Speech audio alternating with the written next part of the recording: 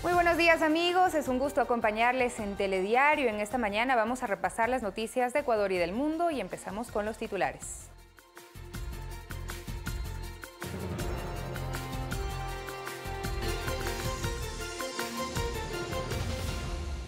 El gobierno propuso un proyecto de ley para reformar el Código Orgánico Integral Penal para sancionar casos de corrupción en la contratación pública en situaciones de emergencia. Varios allanamientos ejecutó la Fiscalía en algunas provincias del país por el presunto delito de peculado en la compra de insumos médicos. A partir del 1 de junio entrará en vigencia restricciones de movilidad más flexibles a nivel nacional. Y en lo internacional, más de 350.000 personas han muerto a causa del coronavirus en todo el mundo. En América Latina, en Brasil, Perú y Chile, en las últimas 24 horas, los positivos han aumentado al igual que las muertes.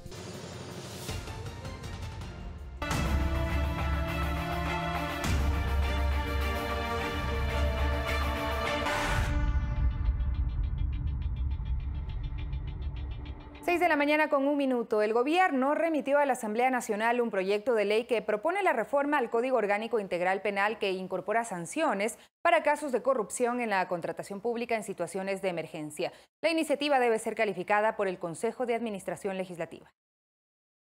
La propuesta enviada por el Ejecutivo a la Asamblea tiene 3 artículos y 7 disposiciones transitorias.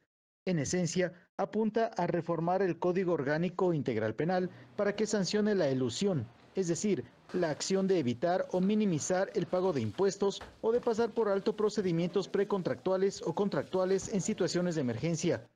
La elusión se sancionará, de acuerdo a la iniciativa del Ejecutivo, cuando la contratación no se sustente en un caso de emergencia, cuando se detecte sobreprecio, cuando se compren bienes o servicios que no tengan relación directa con la emergencia o se impida las acciones de control.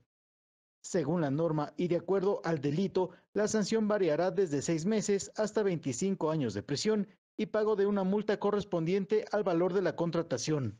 Por favor, ayúdenme en la lucha contra la corrupción, un mal que roba el futuro de nuestros hijos y empaña de podredumbre nuestro presente.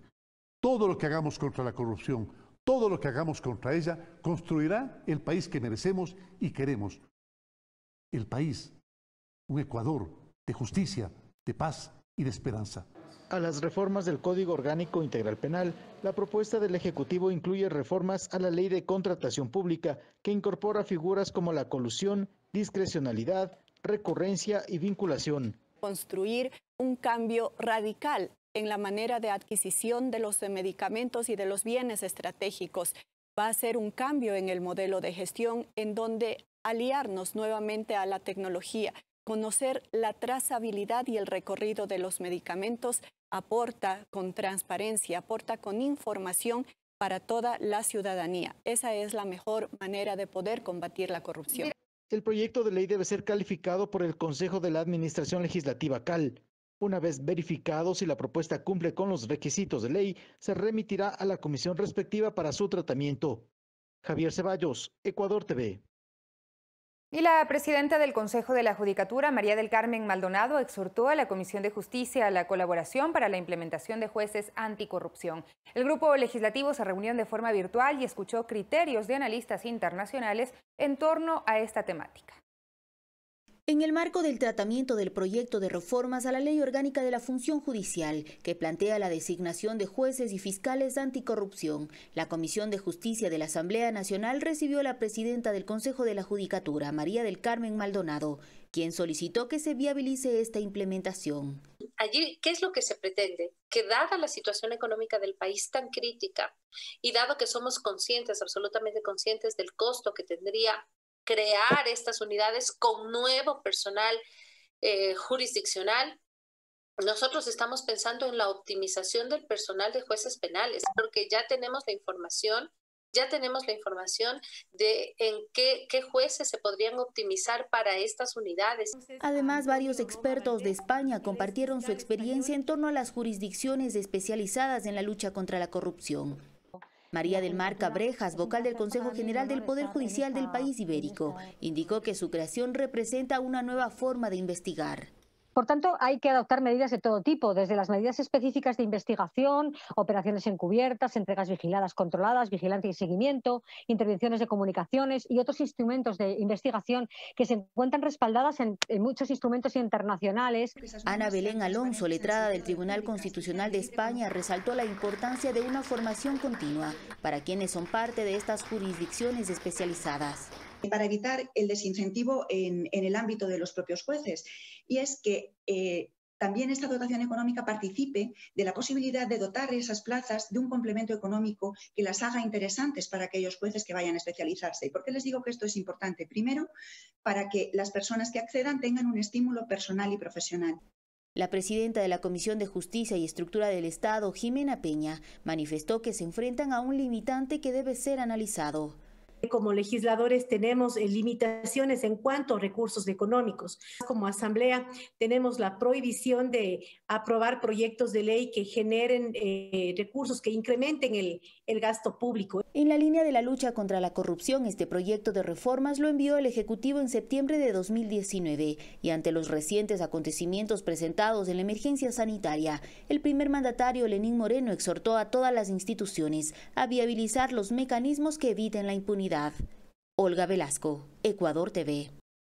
Y dentro del caso que sigue la Fiscalía por delito de asociación ilícita por ofertar cargos en instituciones públicas, la jueza Marcela Ortega rechazó el pedido de sustitución de la prisión preventiva por el arresto domiciliario que solicitó José Carlos Tuárez, expresidente del Consejo de Participación Ciudadana y Control Social. Luego, en una videoconferencia en la Unidad Judicial Valdivia, por procedimiento abreviado contra otra procesada, en este caso, Hilda Graciela S.C., quien aceptó haber participado en el hecho delictivo, la jueza de Garantías Penales Marcela Ortega aceptó los elementos probatorios expuestos por Fiscalía y dictó sentencia condenatoria de 1 año de pena privativa de libertad contra la involucrada. La magistrada también le impuso una multa de 4 salarios básicos unificados, $1,600, el impedimento de optar por cargos de elección popular por 10 años y la prohibición de contratar con empresas del Estado.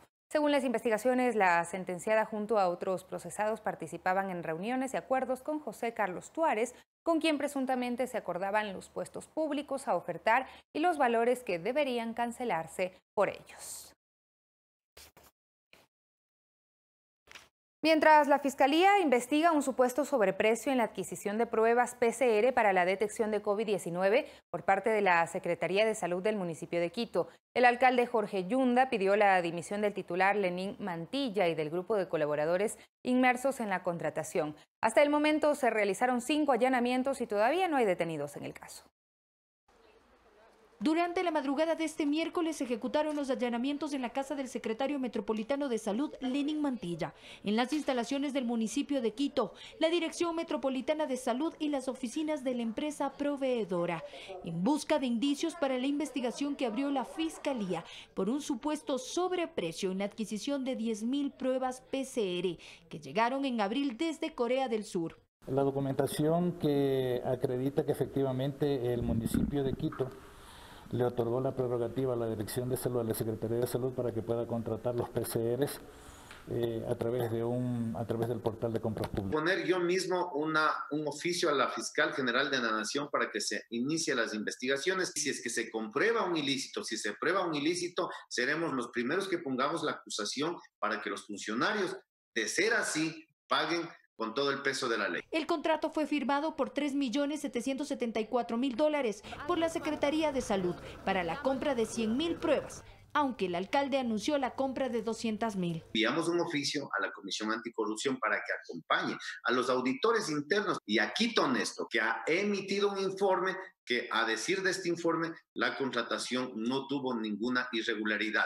El pasado 21 de mayo, la concejala Luz Elena Coloma emitió una carta al burgomaestre y señaló algunas inconsistencias en el proceso de adquisición. De la empresa SaludMed, que es la que gana, y es una oferta que es $1.200.000 más cara que la que es desechada. Incluía las máquinas para el procesamiento de pruebas que fueron entregadas a 2 laboratorios. El laboratorio de la Universidad Central del Ecuador era un laboratorio que recién está certificado. El laboratorio del hospital del IES del Quito, del sur de Quito, no tendría laboratorio COVID y estaría en proceso también de certificación. Pero existe una duda. Lenin Mantilla hace una semana aseguró que para la ejecución de las pruebas faltaban equipos. Hemos ahora conseguido en apoyo tecnológico 3 máquinas de extracción semiautomáticas de ARN.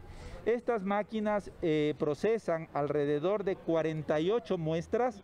Jorge Yunda pidió la dimisión de Mantilla y de sus colaboradores cercanos que intervinieron en la contratación. Para que tengan libertad e independencia de enfrentar esta situación. En ninguna circunstancia se puede permitir la corrupción.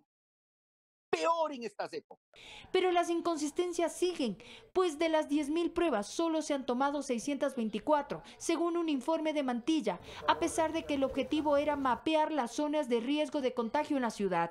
Incluso la Comisión de Seguridad evidenció que no existió agilidad en la toma de pruebas para los agentes metropolitanos que trabajaban en la calle. El señor secretario de Seguridad incluso fue más allá. Se estaba pensando, se habría iniciado un proceso para contratar esas pruebas en un laboratorio privado. Lenin Mantilla estuvo como secretario metropolitano de salud desde junio de 2019. En su hoja de vida consta que ocupó la gerencia del Hospital Eugenio Espejo entre 2015 y 2017. Valeria Villarroel, Ecuador TV. Y además, la Fiscalía allanó las instalaciones de la Prefectura del Guayas como parte de las investigaciones por el presunto delito de peculado en la compra de insumos médicos. Hasta las instalaciones de la Prefectura del Guayas llegaron agentes de Fiscalía y Policía a la tarde de este miércoles. El objetivo, allanar el lugar en busca de indicios en el marco de la investigación por el delito de peculado en la presunta compra de insumos médicos con sobreprecio. Todo lo que está relacionado con la contratación se está haciendo los allanamientos correspondientes. Financiero, específicamente compras públicas, Procuraduría. Y en esos departamentos está la información que necesitamos para verificar si existe o no responsabilidades penales. Sin embargo, este no fue el único allanamiento. Se realizó el mismo procedimiento en oficinas cercanas a la matriz y en las instalaciones de Access Medical S.A., proveedor del contrato que se investiga, ubicadas en el edificio Torres de la Merced. Allí retuvieron al gerente y la jefa de compras. Nos llevamos unos computadores para revisarlos y después ver qué se puede hacer. Mientras el prefecto Morales ha calificado el caso como sistemático y malintencionado ataque. En sus redes sociales señaló también algunas medidas a tomar. He ordenado que por ningún motivo se pague un solo centavo de dólar al contratista proveedor relacionado con este contrato. 2. He dispuesto la inmediata desvinculación de este gobierno provincial del funcionario que hizo el informe que motivó la adjudicación y contratación. Esto sin perjuicio de investigar si debo separar a otras personas más. Además, Morales aseguró que el proceso se realizó cumpliendo las exigencias del CERCOP. En el contrato a investigar, se adquirieron 5.000 pruebas de COVID-19 y 70.000 mascarillas tipo KN95 por $585.000. Luis Alfredo Zúñiga, Ecuador TV. Y dentro de la investigación por la compra de insumos médicos con determinados proveedores durante la emergencia sanitaria, la Fiscalía del Guayas ejecutó en el Cantón Milagro varios allanamientos a viviendas, oficinas comerciales y a las instalaciones del Hospital del Seguro Social Federico Bolaños Moreira, en donde se incautó documentación, computadoras, teléfonos celulares y dinero no cuantificado. Con la participación de 15 agentes fiscales se determinaron indicios y elementos de convicción que fueron levantados por peritos de criminalística e ingresados a la cadena de custodia de la Policía Judicial. Según la Fiscalía, se presentaron denuncias por supuestas irregularidades en concursos para la compra de insumos médicos por parte de compañías ofertantes, por lo que se inició una investigación por un supuesto delito de tráfico de influencia.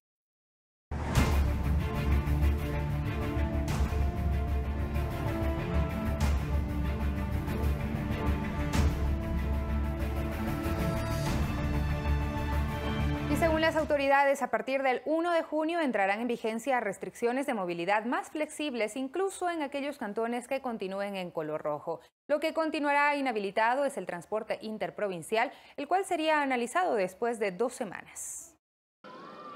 Cuando el calendario determine el inicio del 6º mes del año, Ecuador habrá cumplido 11 semanas. o 77 días con medidas de restricción debido a la pandemia por el COVID-19, tiempo en el cual ha determinado cambios en la situación epidemiológica del país. Han disminuido los contagios y cada vez existe un mejor control de los casos, hay un decrecimiento del número de fallecidos, se ha fortalecido la capacidad de atención hospitalaria. Con estos análisis, el Comité de Operaciones de Emergencia modifica el semáforo sanitario, el cual será mucho más flexible durante el siguiente mes, incluso para aquellos cantones que decidan permanecer en color rojo. Cambia el toque de queda desde el 1 de junio de 18 horas a 5 a.m. Los vehículos particulares podrán circular 2 días por semana en color rojo. En amarillo, en cambio, el toque de queda comenzará a las 21 horas. Los vehículos particulares podrán circular de acuerdo al sistema par e impar de lunes a sábado, aunque en Quito esto regirá a partir del 15 de junio debido a sus particularidades propias. El trabajo del sector público se va a mantener suspendido en jornada presencial, contemplando la especial situación de Quito, el tema de los contagios, el tema de que la ciudad capital es la sede de los poderes del Estado. En esa misma fecha también se comenzará a analizar qué disposiciones se toman en torno al transporte interprovincial, modalidad que se mantiene suspendida. Por ejemplo, un autobús salga de Tulcán a Quito, que un autobús salga de Guayaquil a Zamora. Este tipo de transporte cruzando provincias, cruzando el país, no está permitido, no está autorizado. En esta reunión del COE también se ratificó a junio como el mes para retomar operaciones en los aeropuertos, aunque habrán condiciones especiales para quienes, por ejemplo, se hayan realizado una prueba PCR con resultado negativo. Podrá hacer su aislamiento preventivo obligatorio domiciliario. En el caso de quien no tenga una prueba de PCR, quien venga de un país en donde no se pueda realizar la prueba de PCR, tendrá que mantener el aislamiento preventivo obligatorio con los protocolos vigentes en hoteles. Tampoco se permitirán los vuelos desde aquellos países que mantengan niveles elevados de contagio, como es el caso actual de Brasil. Alex Llanos, Ecuador TV. La corresponsabilidad se convierte en la clave para el cambio de color en la emergencia sanitaria que Quito adoptaría desde el próximo 3 de junio. Un médico y un empresario dieron sus puntos de vista sobre el pedido del municipio puesto a consideración del COE nacional. En Quito la propuesta es pasar de color rojo a amarillo dentro del semáforo de emergencia sanitaria el próximo 3 de junio, pero se trata de una modificación particular. Acoplado a Quito, porque es una ciudad que tiene cerca de 3 millones de habitantes. Por ejemplo, actividades productivas respetando protocolos de bioseguridad, en jornadas presenciales con el 50% del personal, locales comerciales únicamente con el 30% del aforo de clientes, toque de queda de 18 horas a 5 de la mañana, reanudación paulatina y controlada del transporte público, devolución al municipio de Quito de la potestad para manejar y emitir salvoconductos, y también asumir el manejo del cerco epidemiológico de la ciudad. Decisión que en el sector empresarial deja satisfacción parcial, así lo asegura el presidente de la Cámara de Industrias, Pablo Zambrano. Pero vaya a ver usted las calles cómo están. El sector informal es el que no ha respetado el confinamiento. Pues al contrario, los sectores productivos formales que se han activado han diseñado y respetado protocolos con resultados comprobables. Cualquier persona que tenga más de 45, 50 años no acuda y porque puede ser una población en riesgo. Entonces, estas limitaciones sin duda son diversas, son distintas a las limitaciones para el semáforo amarillo de otras ciudades. Sin embargo, en el sector académico la satisfacción tampoco es total. Saben de la necesidad de reactivar la economía, pero consideran que las valoraciones para terminar con el desconfinamiento no son las suficientes. Y esperamos que hacia el día 84, es decir, alrededor del 17 de junio, empiecen a descender las cifras de contagio en la capital.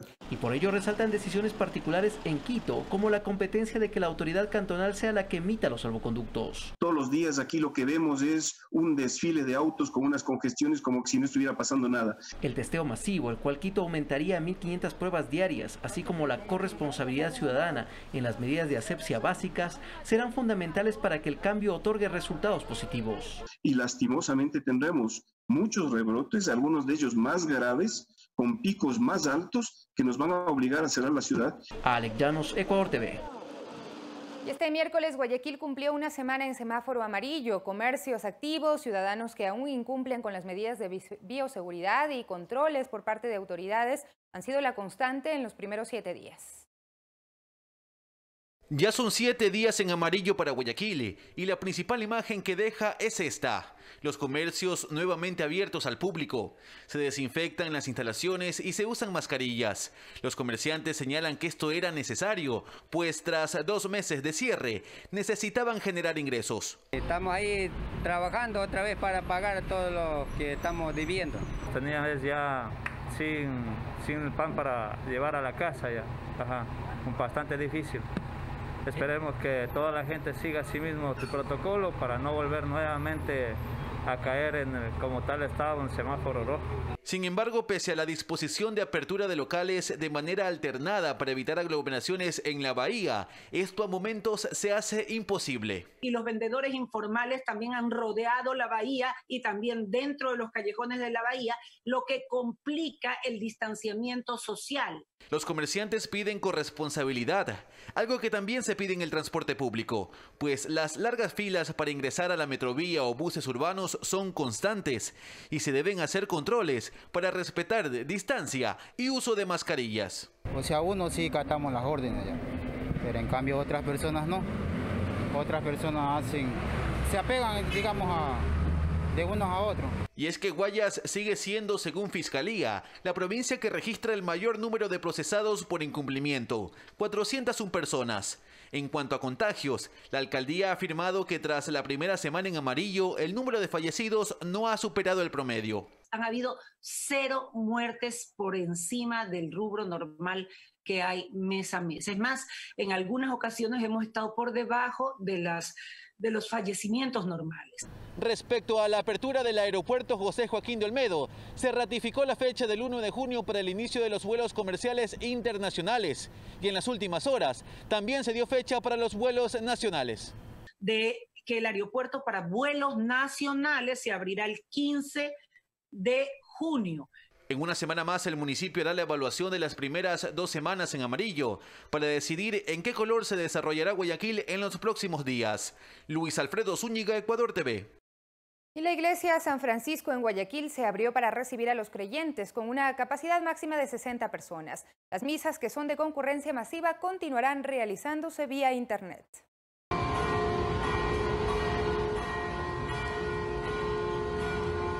Con el sonar de las campanas y con un aforo máximo del 30%, la iglesia de San Francisco en Guayaquil abrió sus puertas a los feligreses. El clamor de casi todos era el mismo: el fin de la pandemia. Gracias a Dios que haya abierto, porque necesitamos de espiritualidad, necesitamos llenarlo de la fe y también que termine rápido. Todas nuestras impertinencias y desobediencias es un castigo del Señor. Tenemos que ponernos de rodillas y pedir perdón para que esto cese. Hay que orar al Señor, agradeciéndole por lo que estamos vivos y por la persona que ha fallecido por el coronavirus. Para pedirle a Dios que termine esta epidemia. Todos necesitamos volver a la casa del Padre, como reza el eslogan de la Conferencia Episcopal, pero hay que hacerlo con esta responsabilidad. Nos va a costar a todos adaptarnos a esta nueva forma de vida, incluso esta nueva forma de venir a la iglesia, al templo de Dios, pero de una manera más organizada lo podemos hacer. La iglesia, considerada la tercera más antigua de la urbe porteña, se construyó en 1702 y ha sufrido varias reconstrucciones. Según el fray Francisco Mesa, superior del convento, para su reapertura se han cumplido los protocolos establecidos por la Conferencia Episcopal Ecuatoriana y el COE Nacional. Sería un total de 150 personas. Sin embargo, al cumplir la normativa de 2 metros de distancia de banca a banca, como se nos pide en el protocolo, hemos en este instante, en esta primera fase, nada más tenemos el aforo actual de 61 personas sentadas. La primera fase, pues estamos aperturando desde las 8:30 de la mañana hasta las 11:30, en donde, como se nos pide en la primera fase, estamos ahorita impartiendo el sacramento de la confesión. Hay 2 hermanos sacerdotes que vamos a estar constantemente confesando. Está el Santísimo Sacramento del altar expuesto para la adoración de los fieles. Mientras la ciudad continúe en semáforo amarillo, las misas continuarán siendo virtuales. Desde que inició la pandemia, nosotros hemos estado transmitiendo las misas por nuestras plataformas digitales del convento. Y desde ahí pues estamos hasta ahora transmitiendo las misas a las 7 de la mañana Y las personas, pues recordemos que estamos en un estado de excepción, y en el estado de excepción se nos ha explicado claramente que hay ciertos grupos vulnerables que es mejor que se queden en casita y puedan seguir pues las transmisiones desde sus hogares. Mariuxi Buenaño, Ecuador TV. 6:24 minutos. Según el Servicio Nacional de Gestión de Riesgos, al momento 40 cantones del país están en color amarillo y no se reportan novedades en cuanto al cumplimiento de los proyectos piloto que se ejecutan en cada una de estas jurisdicciones. Según el director del Servicio Nacional de Gestión de Riesgos, Rommel Salazar, los proyectos piloto en los cantones que se encuentran en color amarillo se cumplen de acuerdo a lo estipulado. Se palpa que los ciudadanos cumplen su parte, mencionó la autoridad. Hasta ahora, las personas están siguiendo los protocolos sanitarios debidos, están llevando sus mascarillas, se están lavando las manos, están usando alcohol, que es lo importante. Esto tiene que ser entendido en el marco de una corresponsabilidad entre la ciudadanía y las autoridades. El cantón Azogues en la provincia de Cañar está en color amarillo desde el lunes anterior. Las autoridades verificaron el cumplimiento de protocolos en las instituciones públicas en cuanto a las normas de distanciamiento y a la información que se proporciona al usuario respecto a las medidas de bioseguridad. En la zona comercial de Azogues también se comprobó que se cumplan las normas que impone la estrategia del semáforo en color amarillo. Manteniendo esa línea de coordinación interinstitucional, precautelando todos la salud y la vida de nuestra población. Así como Azogues se adapta a este nuevo ritmo cotidiano, en el cantón Biblián, también en Cañar, sus autoridades ultiman detalles para pasar al color amarillo desde el próximo lunes 1 de junio. Estamos en una etapa de transición y justamente vamos a un refuerzo, gestión de riesgos, gobernación, gobierno municipal, con todas las autoridades del COE cantonal, para que el día lunes 1 de junio, de ser el caso ya, podamos hacer el cambio de semaforización. Qué importante que es contar con la presencia de las autoridades en el territorio mismo, ¿no? A través de estas visitas, al estar en territorio, pues conocen más de cerca, más a fondo, la realidad, en este caso del cantón Biblián. En el marco de estas visitas a territorio, el Servicio Nacional de Gestión de Riesgos ratificó el apoyo a las autoridades locales que se preparan a su gente para dar un paso más en esta nueva normalidad de esta emergencia sanitaria. Y también hemos abierto las puertas para que las autoridades tengan la plena confianza que desde el gobierno nacional van a contar con todo el apoyo para poder combatir esta grave pandemia que está sufriendo el Ecuador y el mundo entero. Es muy importante que los funcionarios de alto nivel realmente vengan a territorio, palpen la realidad, entiendan las necesidades de las ciudades, entiendan las necesidades de la población. En la provincia de Cañar, 3 cantones están en color amarillo: Azogues, Cañar y Suscal. Aún permanecen en color rojo El Tambo, Deleg, La Troncal y Biblián. Javier Ceballos, Ecuador TV. Y más de 100 industrias del cantón Rumiñahui aspiran retomar paulatinamente las actividades de forma disciplinada, responsable y segura. Ayer miércoles se cumplió un simulacro de los protocolos que se deben seguir para un cambio de color dentro del esquema de semaforización vigente por la emergencia sanitaria. Julio es trabajador del grupo Sedemi, una empresa de ingeniería y soluciones en metalmecánica. Junto a sus compañeros, debió someterse a controles de temperatura, debió desinfectar sus manos y calzado y usó permanentemente la mascarilla o tapaboca. Él es parte de un grupo de 280 trabajadores que corresponde al 35% del total de empleados y que acudieron al simulacro de aplicación del protocolo de bioseguridad. Julio asegura que esta información está incorporada y que se aplica no solo en las áreas de trabajo. Sedemi nos da la oportunidad de que nosotros implementemos esto en nuestra familia. Desde que nosotros entramos a Sedemi, los capacitan para poder llevar esa información a nuestra familia. Con esa actitud se posibilita un retorno seguro a las actividades de más de 100 industrias dedicadas a la producción alimenticia, textil, mecánica, entre otras, que permita además oxigenar la economía sin perder de vista el respeto y disciplina para cuidar la salud y la vida. Todos hemos ido aprendiendo, o sea, esto para el sector de salud, para el sector de las empresas es nuevo, y ahora estos momentos, después de 70 días que hemos estado en esta paralización, yo creo que ya se han determinado que las medidas más valederas son las más sencillas, puedo decir: utilizar la mascarilla, el aseo, lavado continuo de las manos y el distanciamiento social. Durante los primeros 70 días de la emergencia, en esta empresa se trabajó con el 20% de la capacidad operativa. A partir del 3 de junio, si se admite un cambio de color rojo al amarillo en el semáforo de emergencia, se espera incrementar la capacidad operativa. Lo cierto es que la inspección dejó satisfecho al alcalde de Rumiñahui, pero advirtió que es necesario pasar a un amarillo moderado, es decir, adaptado a las circunstancias, dijo. Todo en pro de que la ciudadanía vaya retomando las actividades normales, con las restricciones necesarias, que asumamos la responsabilidad fundamentalmente los ciudadanos. Porque además, las estadísticas del cantón son favorables, añadió. Nuestros infectados apenas son el 0,07% de la población. Eso nos da mayor fuerza para que enfrentemos esta nueva etapa respetando todas las normas. Durante este tiempo y una vez que se cambie el color del semáforo a amarillo, se continuarán con las inspecciones sorpresivas de control a las empresas e industrias autorizadas para vigilar el cumplimiento de las medidas de bioseguridad.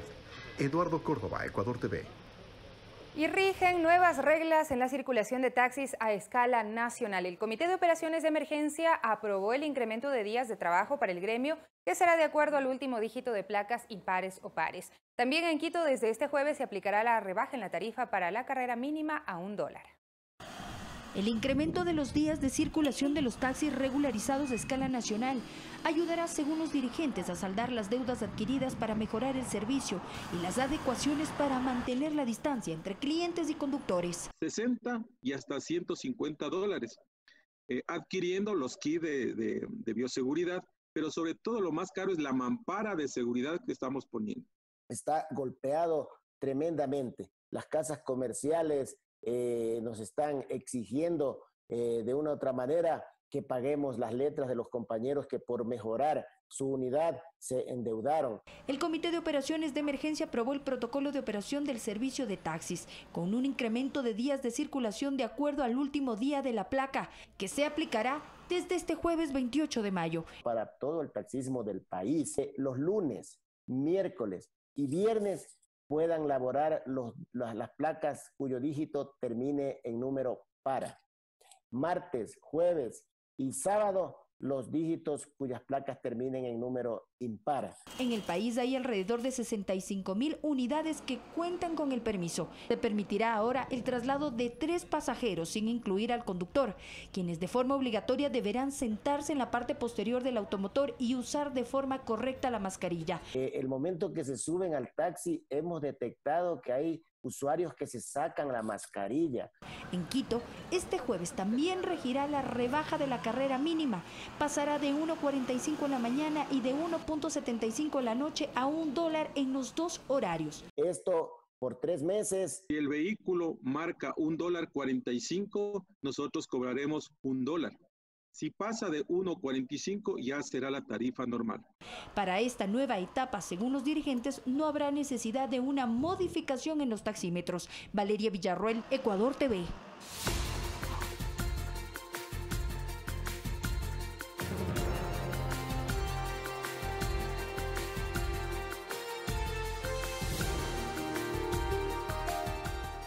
Seis de la mañana con 36 minutos, estamos de vuelta en Telediario. Les contamos que el vicepresidente de la República, Otto Sonnenholzner, recorrió el sector agrícola e industrial en las provincias de Guayas y Los Ríos. El segundo mandatario también supervisó la entrega de ayuda humanitaria y asistencia médica a personas de escasos recursos. Junto al ministro de Agricultura Javier Lazo, el segundo mandatario mantuvo un encuentro con arroceros en el recinto Bella Luz en Juján, provincia del Guayas. Siendo esta provincia la principal productora de arroz, abarca el 75% de la producción nacional de la gramínea, superando el 1.000.000 de toneladas. Hemos visitado a agricultores, a quienes no han parado de trabajar, a quienes nos han permitido mantener la cuarentena con alimentación. Los representantes del gremio agrícola agradecieron la gestión y la entrega de créditos productivos. Histórico para nuestro sector, nuestro recinto, porque nunca hemos tenido una visita de distinguidas autoridades de nuestro país. Nosotros somos los que producimos y todo tipo de productos para las ciudades. El señor vicepresidente pues lo ha hecho el día de hoy. Y este día va a ser tomado en cuenta por muchos años acá en el sector, porque el señor ministro de Agricultura también nos ha visitado nuestros cultivos. Con el gobernador del Guayas inauguraron el Hospital del Día Recinto de Fátima en Santa Lucía. Junto con el señor alcalde, un trabajo conjunto del municipio de Santa Lucía y el gobierno nacional, un pequeño hospital que aquí en el recinto Fátima va a dar vacunación, exámenes de sangre, una farmacia básica, odontología, ginecología, pediatría y consulta médica general. Vamos a seguir fortaleciendo el primer nivel de salud más cerca de la gente en los pequeños recintos. A su paso por la provincia de Los Ríos, junto al gobernador, recorrió la fábrica Impaexa del Grupo Familia en Babahoyo, dedicada a la producción de material sanitario y que no paró su producción durante la pandemia. Productores de papel en una fábrica, hemos visitado las industrias que también han sido básicas, han sido indispensables durante la cuarentena y que nos han demostrado cómo se puede trabajar o cómo han trabajado en estos más de 2 meses cuidando y priorizando la salud del personal. En ambos casos, tanto en la apiladora como en la fábrica de papel, 0 fallecidos por COVID. Con el apoyo de las brigadas médicas también se entregó kits de víveres y se brindó atención médica a las familias de escasos recursos en el sector Solbrisa y en el sector La Poza, acompañado del alcalde de Pueblo Viejo, quien le entregó las llaves de la ciudad. Y hemos llegado con lo que siempre hacemos, con alimentación, salud, fumigación y todas las atenciones necesarias para las personas en condición de vulnerabilidad. Estuvieron en el centro de aislamiento provisional, que cuenta con 20 camas y que hoy solo tiene un paciente. Para impulsar la economía, los agricultores recibieron un préstamo de Banecuador de $15.000 cada uno. Para poder mejorar las tierras, mejorar semillas y así incentivar mucho más la producción de arroz. Mariuxi Buenaño, Ecuador TV. Y el Banco del Pacífico será el primero en ofertar los créditos Reactívate Ecuador. En la etapa inicial, este préstamo va dirigido a las micro, pequeñas y medianas empresas con el objetivo de sostener los empleos. El programa Reactívate Ecuador tiene un fondo de $500 millones para dar préstamos a las micro, pequeñas y medianas empresas a través del Banco del Pacífico. Se busca sostener los empleos que generan estos sectores económicos en el Ecuador. Uno pensaría que 500 millones es un monto muy grande, pero dada la realidad de la crisis tan profunda que vivimos a consecuencia de esta pandemia, en tan solo 2 días ya hemos atendido a casi 3.200 personas que tienen que ver con los requerimientos que se necesitan presentar para obtener estos recursos. A las microempresas se les prestará de $500 a $30.000, a las pequeñas empresas de $500 a $300.000 y a las medianas empresas hasta $500.000. La tasa de interés es del 5%, los plazos van de 12 a 36 meses con 6 meses de gracia. Ese periodo de gracia de no pago ni de capital ni de intereses será por 6 meses. A partir del mes 7 será cuando comience a pagar la operación. Las autoridades consideran que el sector privado será el motor de la reactivación económica del país. El gobierno nacional está haciendo todos los esfuerzos para canalizar estos recursos de manera eficiente y atender estas necesidades de liquidez y de inyección de recursos que requiere hoy la economía y principalmente los sectores productivos con el objetivo de sostener la mayor cantidad de empleos. Para entregar los créditos, se evaluará que las empresas hayan disminuido sus ventas durante la emergencia sanitaria, que el negocio haya funcionado adecuadamente antes de la pandemia. Se les solicitará la declaración de impuestos del 2019. Verónica Rivadeneira, Ecuador TV. Y ante la compleja situación económica que vive el país, analistas económicos sugieren varias acciones para mejorar la situación fiscal. Entre ellas, reducir el gasto público, conseguir más créditos internacionales y atraer la inversión extranjera. El país atraviesa una situación económica compleja por varios factores, entre ellos la reducción de los precios del petróleo y la caída de ingresos tributarios. Walter Spurrier sugiere la reactivación económica con normas de bioseguridad. Los que producen no han podido vender y los pocos que han podido vender no han podido cobrar. Entonces, a su vez, estos pagan a sus proveedores. El gobierno tiene que arreglar el problema fiscal y poner en marcha nuevamente la economía y que crezca la economía para generar la riqueza, el dinero, el empleo que nos permita superar la situación en que nos encontramos. Spurrier indica que el recorte de gastos que prevé ejecutar el gobierno nacional es importante, así como también lo es conseguir créditos de organismos multilaterales. El gobierno ya está mostrando a los organismos multilaterales de que está tomando medidas serias para mejorar su situación, como es el hecho de la aprobación de las 2 leyes y las medidas que acaba de anunciar el gobierno, tanto en combustibles como en el sueldos del sector público, facilita que los organismos multilaterales nos presten más dinero. El gran reto es reactivar la economía local reduciendo el riesgo de contagios. y, por ejemplo, priorizar los proyectos indispensables, salud y educación. También atraer la inversión extranjera, sugiere el docente Andrés Argüello. Cuando las inversiones están llegando al país y ven que nuestro marco regulatorio va y viene, cambia con un gobierno o que pasa algo y automáticamente se altera, las inversiones no van a venir. Entonces es darles ese marco jurídico para atraer esas inversiones. Argüello considera que el país debe dejar atrás la dependencia económica del petróleo. Hablaba del tema del cambio de la matriz productiva, pero ¿qué hemos cambiado?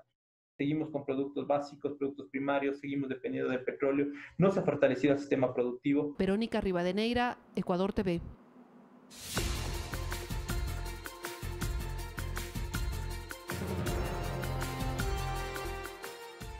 Volvemos con más noticias. 46,000 niños, niñas y adolescentes con discapacidad estudian en el sistema público y privado. Adaptar las formas de enseñanza y personalizar los contenidos representa un reto para los docentes y padres de familia que asisten a los menores de edad.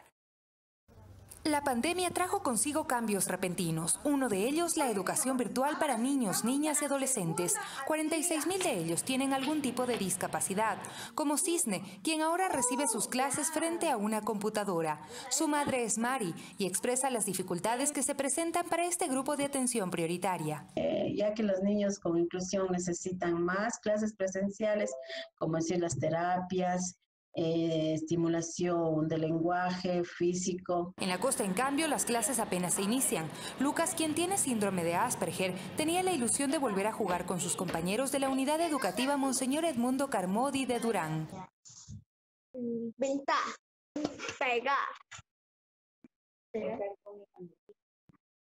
Con los amigos, a los amigos. Y hay que tener bastante paciencia con él, porque él me dice que no, que él tiene que ir a su escuela, incluso me nombra el segundo piso, porque en la escuela hay un segundo piso, pero no, que le digo porque por lo del coronavirus, pues no. Otro tema a resolver es la disponibilidad de los equipos tecnológicos, pues Lucas tiene 3 hermanos. Solamente tengo una computadora, pero lo malo es que no tengo es la cámara. Por lo cual es que voy a utilizar nomás mi celular y tendré que conseguir la webcam. El reto ahora es captar su atención. Su maestra, Yesenia Arana, asegura que se han capacitado para esto. Nos vamos a comunicar a través de videollamadas, vamos a hacer muchas videollamadas, entusiasmándolo a él con imágenes, con gráficos, para que vea así todo colorido, porque él, por ejemplo, le gusta así algo que llame la atención. En la educación de niños con discapacidad participan los denominados maestros sombras y en este caso las madres pasan a tomar este papel. Mi trabajo ahora es calmarlo también, así como le digo que tengo que estar con paciencia. Lucas y Cisne estudian en centros privados, pero la mayoría están incluidos dentro del sistema fiscal. 35.600, según explica Isabel Maldonado, viceministra de Educación. Esta modalidad trabaja con un currículo adaptado donde se han priorizado objetivos de aprendizaje, lo cual esto también beneficia a los estudiantes con discapacidad. Sofía Montoya, Ecuador TV. Y el Consejo Nacional para la Igualdad de Discapacidades dio a conocer la gestión que realizó para la entrega de indumentaria quirúrgica y mascarillas para la población con discapacidad del país. El Consejo Nacional para la Igualdad de Discapacidades ha recibido varias donaciones de parte de la Iglesia y de fundaciones para garantizar la dotación de insumos de bioseguridad para personas con discapacidad en el país. Principalmente con la Iglesia de Jesucristo de los Santos de los Últimos Días de la Fundación HOP, logramos tener una donación de 3.750 batas quirúrgicas y 76.500 mascarillas principalmente, que van a permitir ser distribuidas, 70.000 que irán destinadas para las personas con discapacidad por medio de las asociaciones a nivel nacional. Del total de mascarillas, 6.500 se entregarán al Servicio Nacional de Atención Integral a Personas Adultas Privadas de la Libertad y Adolescentes Infractores SNAI, para evitar el contagio del COVID-19 en la población penitenciaria. Queremos dar infinitas gracias por la donación de estas mascarillas, las mismas que van a ser distribuidas en los diferentes centros de acuerdo con la con las prioridades que estamos manejando. El CONADIS también gestionó con Movability International y Cruz Roja Internacional $40.000 en materiales para la fabricación de prótesis que se distribuirán a través del Ministerio de Salud Pública en los talleres de las provincias de Loja, Pichincha y Guayas. Una manera de arrimar el hombro, de tener este sentimiento de solidaridad y de compromiso para la gente que realmente lo necesita. Así que muchísimas gracias por esto. La distribución de estas donaciones cumplirá con todas las medidas de bioseguridad para así evitar la propagación del coronavirus en Ecuador. Carla Arcentales, Ecuador TV. Y el Ministerio de Inclusión Económica y Social entregó kits de alimentos a artesanos en estado de vulnerabilidad en la provincia de Guayas. La ayuda llegó también con beneficios para reactivar la economía. Doña Inés Arroyo representa a la Asociación Interprofesionales de Artesanos Unidos Venceremos. Con más de 400 socios, su próximo proyecto es generar plazas de empleo. De toda rama artesanal tenemos ahí. Ahorita tenemos un proyecto para tratar, la meta mía fue de ayudar a los compañeros a buscar trabajo. Aunque agradece la ayuda recibida, le preocupa la producción de uniformes escolares que se ha visto afectada por la pandemia. Por ejemplo, hay socias, compañeras que cosieron con anticipación los uniformes para entregar a las escuelas, pero desgraciadamente no hay comercio ahorita. Como parte de la campaña Dar una mano sin dar la mano, el Ministerio de Inclusión Económica y Social benefició a personas que forman parte del gremio de la Federación de Artesanos de la provincia del Guayas. El conocimiento que tienen, esta es una de varias visitas que vamos a hacer, vamos a estar en permanente contacto con ellos, sabemos que son más los artesanos de los que están aquí presentes y por eso estaremos volviendo a este lugar con kits de alimentos también para poder ayudar a estos grupos durante la pandemia. Al día de hoy estamos entregando 200 kits que están siendo entregados, repartidos entre 10 asociaciones que pertenecen a esta Federación de Artesanos. Una labor humanitaria que va de la mano con estrategias para lograr la reactivación económica. Y no con el apoyo que queremos darle como gobierno nacional, también a través del MIES, del IEPS, el Instituto Ecuatoriano de Economía Popular y Solidaria, para poder ayudarlos a sacar adelante diversos proyectos que ellos puedan tener. En esta semana vamos a tener una nueva reunión con todas las dirigencias, el director del SRI y el director de Banco Pacífico para la nueva reactivación económica, para refinanciar las deudas que tienen nuestros compañeros artesanos a nivel del país. Mariuxi Buenaño, Ecuador TV.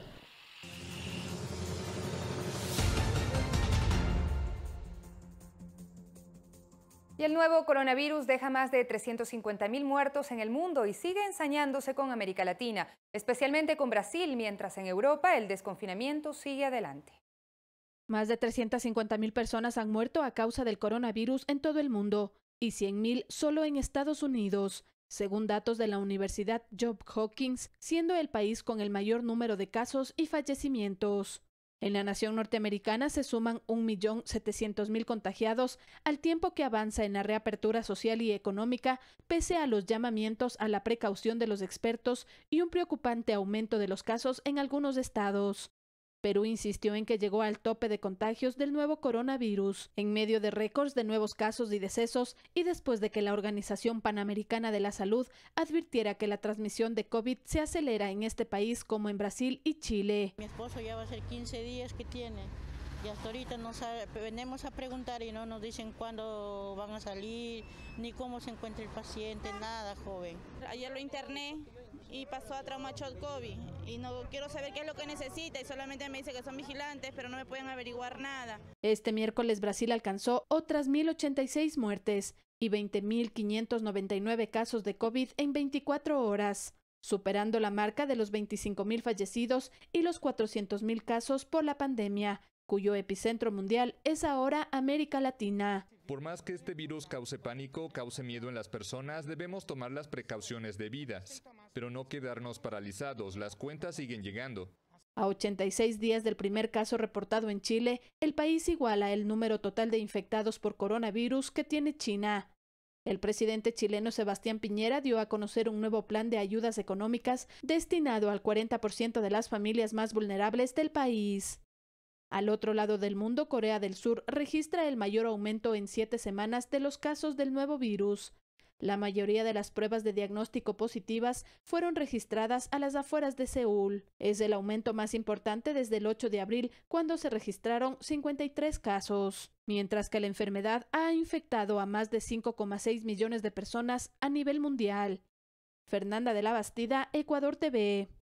Y la Comisión Europea propuso este miércoles un plan de 75.000 millones de euros de deuda común para que los países miembros se recuperen de la crisis financiera causada por la pandemia. El fondo prevé que la Comisión tome prestado el monto equivalente a 825.000 millones de dólares y se reparta entre los países miembros en forma de préstamos y subvenciones. La titular de la Comisión Europea, Ursula von der Leyen, explicó las áreas en las que se centrará el proyecto, que busca la unidad y pone especial atención a los jóvenes. En primer lugar, existe un paquete sólido para respaldar la economía y proporcionar empleo a los jóvenes.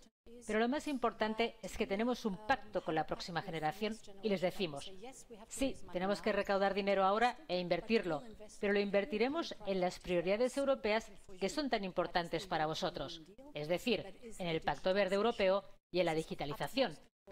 Esto es de suma importancia para la generación joven.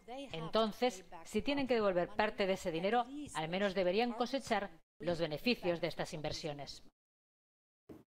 Y con esto nos despedimos, amigos y amigas, de esta primera parte de Telediario, porque enseguida, luego de la pausa, vienen las noticias junto a Fabricio Ceballos, las entrevistas, los temas de coyuntura. De inmediato, hasta pronto.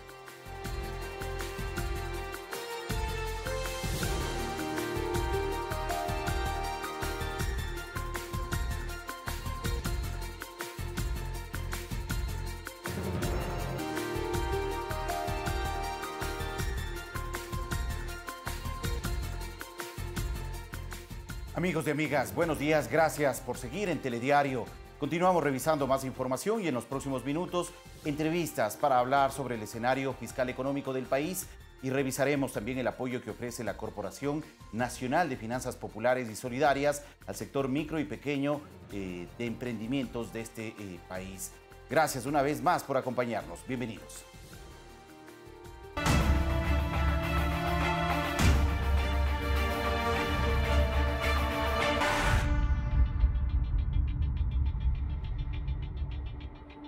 Siete de la mañana en punto, el gobierno remitió a la Asamblea Nacional un proyecto de ley que propone la reforma al Código Orgánico Integral Penal que incorpora sanciones para casos de corrupción en la contratación pública en situaciones de emergencia. La iniciativa debe ser calificada por el Consejo de Administración Legislativa. La propuesta enviada por el Ejecutivo a la Asamblea tiene 3 artículos y 7 disposiciones transitorias. En esencia, apunta a reformar el Código Orgánico Integral Penal para que sancione la elusión, es decir, la acción de evitar o minimizar el pago de impuestos o de pasar por alto procedimientos precontractuales o contractuales en situaciones de emergencia. La elusión se sancionará, de acuerdo a la iniciativa del Ejecutivo, cuando la contratación no se sustente en un caso de emergencia, cuando se detecte sobreprecio, cuando se compren bienes o servicios que no tengan relación directa con la emergencia o se impida las acciones de control. Según la norma y de acuerdo al delito, la sanción variará desde 6 meses hasta 25 años de prisión y pago de una multa correspondiente al valor de la contratación.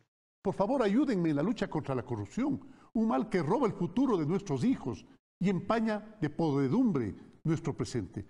Todo lo que hagamos contra la corrupción, todo lo que hagamos contra ella construirá el país que merecemos y queremos. El país, un Ecuador de justicia, de paz y de esperanza. A las reformas del Código Orgánico Integral Penal, la propuesta del Ejecutivo incluye reformas a la Ley de Contratación Pública, que incorpora figuras como la colusión, discrecionalidad, recurrencia y vinculación. Construir un cambio radical en la manera de adquisición de los medicamentos y de los bienes estratégicos. Va a ser un cambio en el modelo de gestión en donde aliarnos nuevamente a la tecnología, conocer la trazabilidad y el recorrido de los medicamentos aporta con transparencia, aporta con información para toda la ciudadanía. Esa es la mejor manera de poder combatir la corrupción. El proyecto de ley debe ser calificado por el Consejo de la Administración Legislativa CAL. Una vez verificado si la propuesta cumple con los requisitos de ley, se remitirá a la comisión respectiva para su tratamiento. Javier Ceballos, Ecuador TV. 7 de la mañana, 3 minutos, y la presidenta del Consejo de la Judicatura, María del Carmen Maldonado, exhortó a la Comisión de Justicia la colaboración para la implementación de jueces anticorrupción. El grupo legislativo se reunió de forma virtual y escuchó criterios de analistas internacionales en torno a esta temática. En el marco del tratamiento del proyecto de reformas a la Ley Orgánica de la Función Judicial, que plantea la designación de jueces y fiscales anticorrupción, la Comisión de Justicia de la Asamblea Nacional recibió a la presidenta del Consejo de la Judicatura, María del Carmen Maldonado, quien solicitó que se viabilice esta implementación. Allí, ¿qué es lo que se pretende? Que dada la situación económica del país tan crítica y dado que somos conscientes, absolutamente conscientes del costo que tendría crear estas unidades con nuevo personal jurisdiccional, nosotros estamos pensando en la optimización del personal de jueces penales, porque ya tenemos la información de en qué jueces se podrían optimizar para estas unidades. Además, varios expertos de España compartieron su experiencia en torno a las jurisdicciones especializadas en la lucha contra la corrupción. María del Mar Cabrejas, vocal del Consejo General del Poder Judicial del país ibérico, indicó que su creación representa una nueva forma de investigar. Por tanto, hay que adoptar medidas de todo tipo, desde las medidas específicas de investigación, operaciones encubiertas, entregas vigiladas, controladas, vigilancia y seguimiento, intervenciones de comunicaciones y otros instrumentos de investigación que se encuentran respaldadas en muchos instrumentos internacionales. Ana Belén Alonso, letrada del Tribunal Constitucional de España, resaltó la importancia de una formación continua para quienes son parte de estas jurisdicciones especializadas. Para evitar el desincentivo en el ámbito de los propios jueces. Y es que también esta dotación económica participe de la posibilidad de dotar esas plazas de un complemento económico que las haga interesantes para aquellos jueces que vayan a especializarse. ¿Y por qué les digo que esto es importante? Primero, para que las personas que accedan tengan un estímulo personal y profesional. La presidenta de la Comisión de Justicia y Estructura del Estado, Jimena Peña, manifestó que se enfrentan a un limitante que debe ser analizado. Como legisladores tenemos limitaciones en cuanto a recursos económicos. Como Asamblea tenemos la prohibición de aprobar proyectos de ley que generen recursos que incrementen el gasto público. En la línea de la lucha contra la corrupción, este proyecto de reformas lo envió el Ejecutivo en septiembre de 2019 y ante los recientes acontecimientos presentados en la emergencia sanitaria, el primer mandatario Lenín Moreno exhortó a todas las instituciones a viabilizar los mecanismos que eviten la impunidad. Olga Velasco, Ecuador TV. 7 de la mañana, 6 minutos, y la Fiscalía investiga un supuesto sobreprecio en la adquisición de pruebas PCR para la detección de COVID-19 por parte de la Secretaría de Salud del municipio de Quito. El alcalde Jorge Yunda pidió la dimisión del titular Lenín Mantilla y del grupo de colaboradores inmersos en la contratación. Durante la madrugada de este miércoles se ejecutaron los allanamientos en la casa del secretario metropolitano de Salud, Lenín Mantilla, en las instalaciones del municipio de Quito, la Dirección Metropolitana de Salud y las oficinas de la empresa proveedora, en busca de indicios para la investigación que abrió la Fiscalía por un supuesto sobreprecio en la adquisición de 10.000 pruebas PCR que llegaron en abril desde Corea del Sur. La documentación que acredita que efectivamente el municipio de Quito le otorgó la prerrogativa a la Dirección de Salud, a la Secretaría de Salud, para que pueda contratar los PCRs a través del portal de compras públicas. Poner yo mismo un oficio a la Fiscal General de la Nación para que se inicie las investigaciones. Si es que se comprueba un ilícito, si se prueba un ilícito, seremos los primeros que pongamos la acusación para que los funcionarios, de ser así, paguen con todo el peso de la ley. El contrato fue firmado por $3.774.000 por la Secretaría de Salud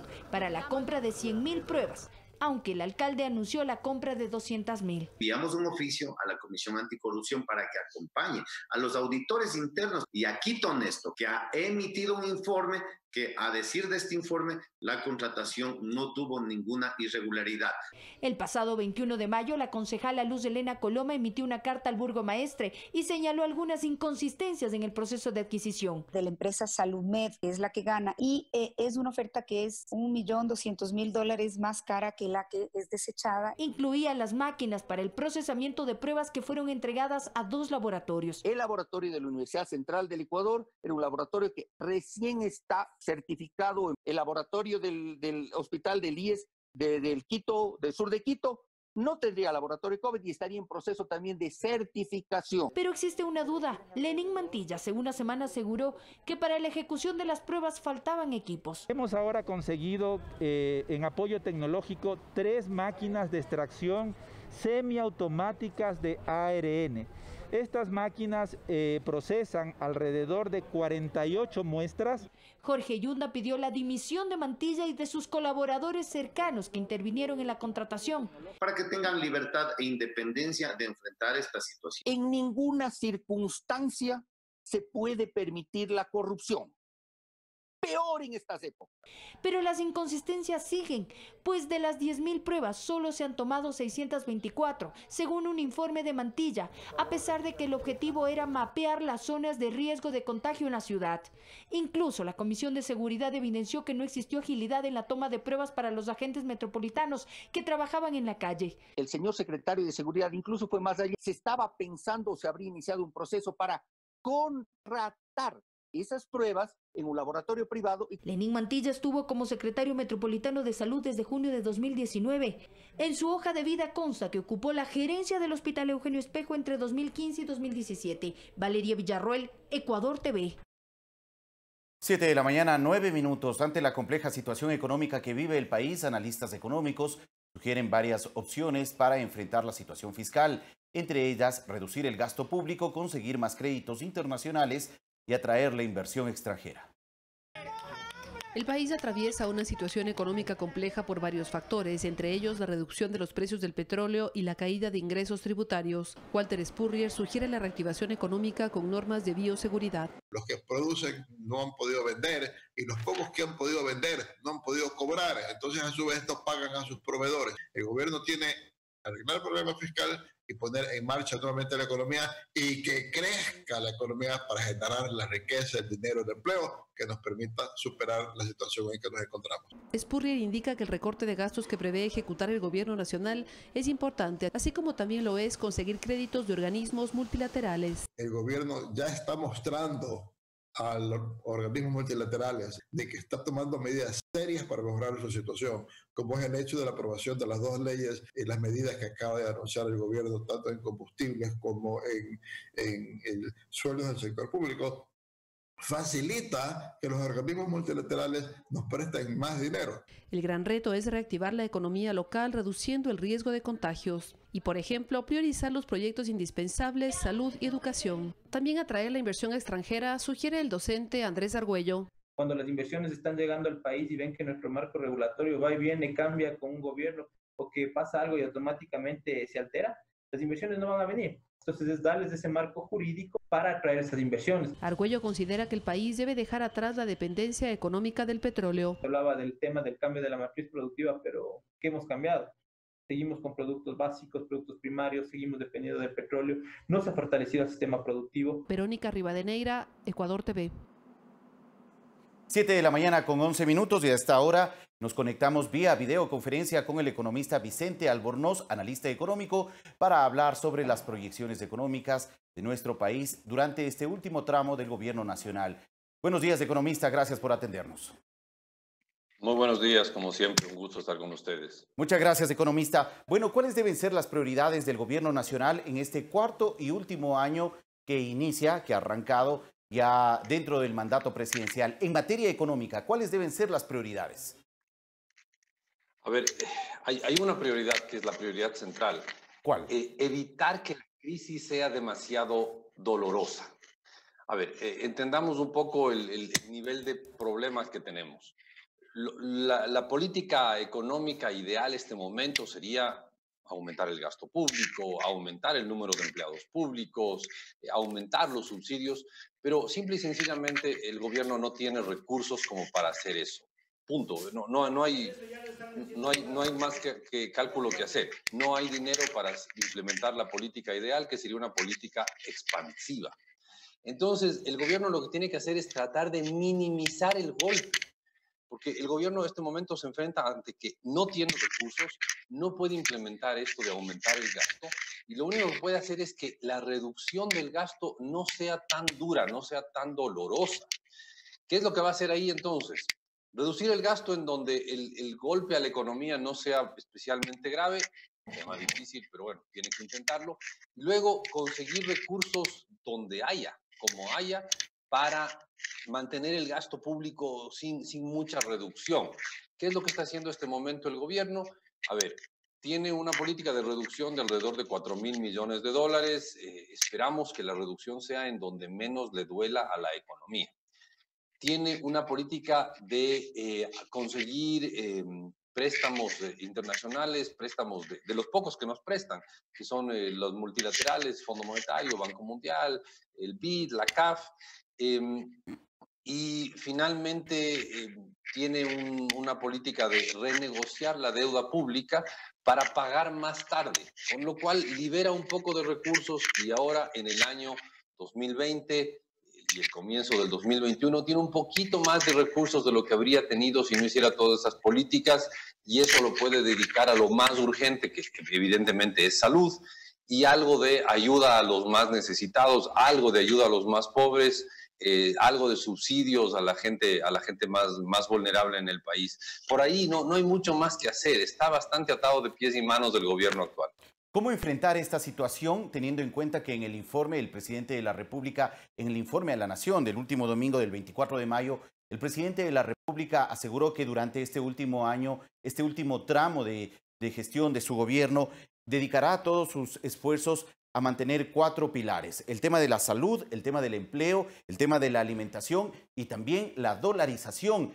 Frente a un escenario económico tan adverso, ¿cómo lograr mantener el apoyo y fortalecer estos 4 ejes? A ver, entendamos que voy a ir en retro, ¿no? El eje de dolarización, cómo proteger la dolarización que tan positiva ha sido para el país. Bueno, es relativamente sencillo, manteniendo un gobierno sensato, que haga cosas sensatas, que diga cosas sensatas, que no esté buscando dañar a la dolarización, como el gobierno anterior, al cual no le importaba la dolarización y por lo tanto tenía un discurso constante contra la dolarización, que no me dejan devaluar, que la dolarización es una camisa de fuerza. Eso decía el gobierno anterior e implementaba muchas políticas que eran dañinas hacia la dolarización. Obviamente hay que evitar esas políticas y eso es central. Segundo, no hay que topar el dinero que el gobierno anterior estuvo todo el tiempo sacando.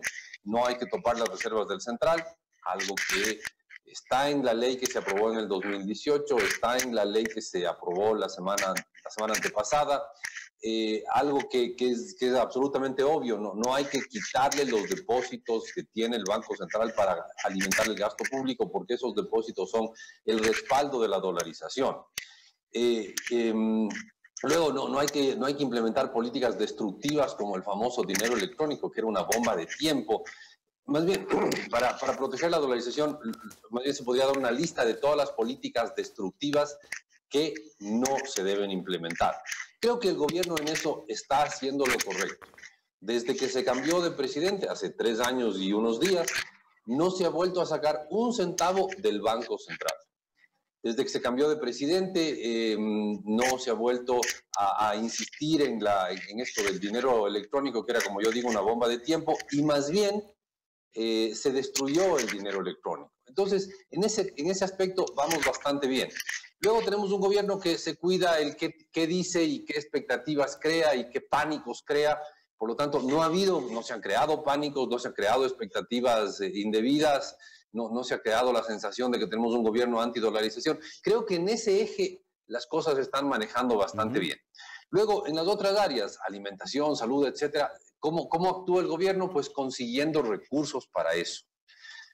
Eso significa como no hay ahorros, no hay un centavo de ahorros, como el gobierno anterior se gastó hasta el último centavo de los ahorros, eso significa conseguir créditos, y el gobierno está consiguiendo créditos en el único sitio que hay, que es en las multilaterales, y en eso también está haciendo lo mejor que se puede dentro de una situación tan compleja.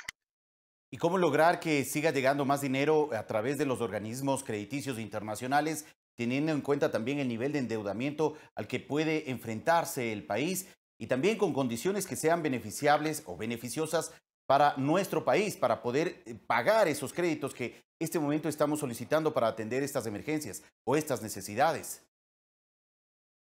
A ver, las condiciones de esos créditos son en general bastante beneficiosas para el país, bastante convenientes, porque son créditos en general a más de 10 años plazo y a tasas de menos del 4%. Es decir, son créditos convenientes para el país desde el punto de vista de que si saliéramos al mercado libre, al mercado financiero internacional, no tendríamos tasas muchísimo más altas, pero muchísimo más altas y a plazos más bajos. Así que no, las condiciones de los préstamos son de lo mejorcito que podemos conseguir. Una oportunidad perdida que nos hubiera permitido conseguir mucho más recursos de afuera fue el aumento de impuestos. Estaba proponiendo el gobierno en la famosa ley humanitaria un aumento del impuesto a la renta, le ponía ahí con el nombre de contribuciones, algo así, pero en el fondo era un aumento del impuesto a la renta. Ese aumento del impuesto a la renta fue mal visto por muchos sectores de la sociedad y finalmente no se llevó a cabo. Si es que se hubiera podido crear ese aumento del impuesto a la renta, el gobierno hubiera tenido una herramienta para decir a los multilaterales, miren, mi país, mi población está haciendo un sacrificio. Y este sacrificio es una forma de demostrar cuánto nos importa evitar un colapso en este momento del coronavirus.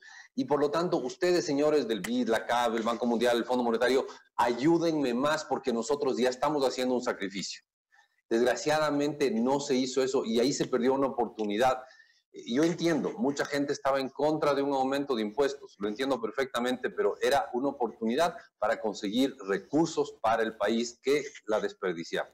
Bueno, en este momento, si bien el capítulo de las contribuciones se sacó de la propuesta de ley que envió el propio Ejecutivo, de la ley de apoyo humanitario que envió el Ejecutivo, el presidente de la República en su informe a la Nación el 24 de mayo informó que es necesario que haya un aporte ciudadano frente a la situación que se está viviendo no solamente en Ecuador, sino a nivel mundial. Y para el caso de nuestro país, el presidente ha dicho que se va a solicitar el adelanto del pago de impuestos a quienes ganen más de $5,000 y a las empresas que de una u otra forma no han sido afectadas por esta emergencia. Esto amparado en el artículo número 165, numeral 1 de la Constitución, que le faculta al presidente en estados de excepción adelantar el pago de impuestos. ¿En qué medida también esto puede contribuir?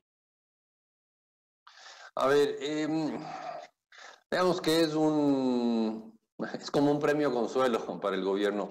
Lo ideal hubiera sido subir los impuestos. Este aumento, esta contribución, que era un aumento del impuesto a la renta a las personas y a las empresas, me parece a mí que era lo ideal. Esto del adelanto del cobro de impuestos es un adelanto y por lo tanto lo recaudado hoy va a ser una reducción de lo recaudado el próximo año. Entonces es una forma de endeudarse del gobierno, ¿no?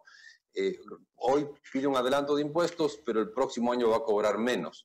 No le queda otra salida ante el rechazo tan visceral que hubo a ese aumento de impuestos, esa propuesta de aumento de impuestos. No le queda otra salida, insisto, no es lo ideal, pero olvidémonos de las políticas ideales ahora. No hay cómo implementarlas, y como no hay cómo implementar las políticas ideales, hay que buscar las menos malas, las menos dañinas, para ir implementándolas poco a poco. ¿Qué es lo que debe tener en cuenta el común de los ecuatorianos frente a la situación que se está viviendo en el país de aquí a futuro? Que estamos en una época muy dura y por lo tanto hay que ser cuidadosos con cada centavo que tengamos. Hay que ser exactamente lo opuesto a lo que fue el anterior gobierno. El gobierno de Rafael Correa fue un gobierno que se gastó hasta el último centavo de lo que tenía, que no ahorró un solo centavo un gobierno que gastó todo lo que había de ahorros y que además se endeudó. Hay que ser lo opuesto a ese gobierno. Hay que cuidar lo que se tiene, ahorrar lo que se pueda, ser extremadamente cauteloso con todo lo que compremos, con todo lo que gastemos, saber que hay poco empleo y también al mismo tiempo darse cuenta que este tipo de crisis suelen abrir oportunidades. Hay gente que se ha encontrado oportunidades vendiendo, haciendo máscaras, haciendo geles, haciendo lo que sea. Siempre una crisis como esta abre oportunidades de negocio y la gente hábil para los negocios suele encontrar esas oportunidades y es el momento preciso para buscar esas oportunidades, atacarlas y conseguir lo que el resto no estamos consiguiendo, que es generar riqueza, generar empleo. Muchas gracias, economista, por la información compartida. Ha sido un gusto estar con ustedes. Muy gentil, muchas gracias. Agradecemos a Vicente Albornoz, analista económico, quien ha ofrecido su punto de vista sobre la situación económica y fiscal que actualmente vive el país. 7 de la mañana, 23 minutos. Vamos a una pausa, regresamos en breve con más.